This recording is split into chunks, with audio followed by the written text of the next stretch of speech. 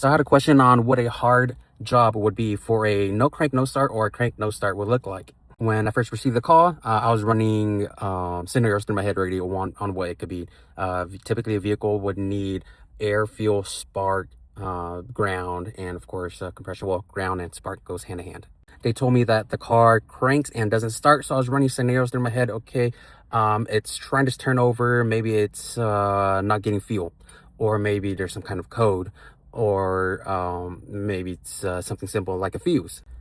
I even went to the store to buy a bottle of starting fluid just in case it wasn't getting fuel, which could be one of the problems. So pretty much before I went there, I was running, I don't know, 10, 20 different scenarios, what I have to do, what I have to check. If I find this, I will check that next, and so on and so on.